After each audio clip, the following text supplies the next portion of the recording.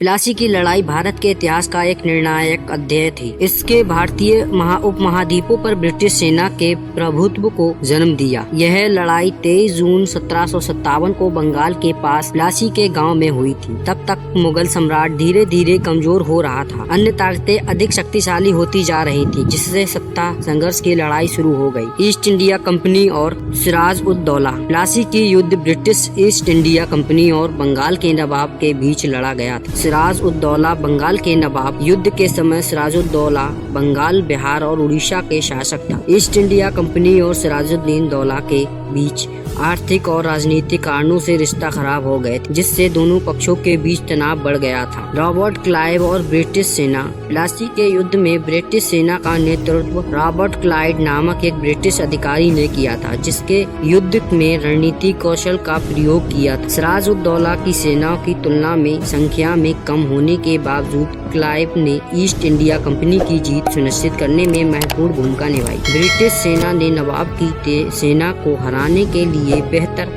सैन्य रणनीति और स्थानीय सहयोगी के साथ संगठन का इस्तेमाल किया। नवाब के सेनापति मीर जफर ने विश्वासघात ने ब्रिटिश सेना ने के साथ मिलकर और अंग्रेज की जीत में भी योगदान दिया। प्लासी की लड़ाई ब्रिटिश ईस्ट इंडिया कंपनी के लिए एक निर्णय जीत थी। सिराजुद्दौला की हार ने ईस्ट इंडिया कंपनी को बंगाल पर अपना प्रभुत्व स्थापित करने और सत्ता भारत के अन्य हिस्सों पर अपना निर्णय बढ़ाने का मौका दिया। इस लड़ाई ने भारत में ब्रिटिश औपनिवेशिक शासन की शुरुआत की और ब्रिटिश राजा की नींव रखी।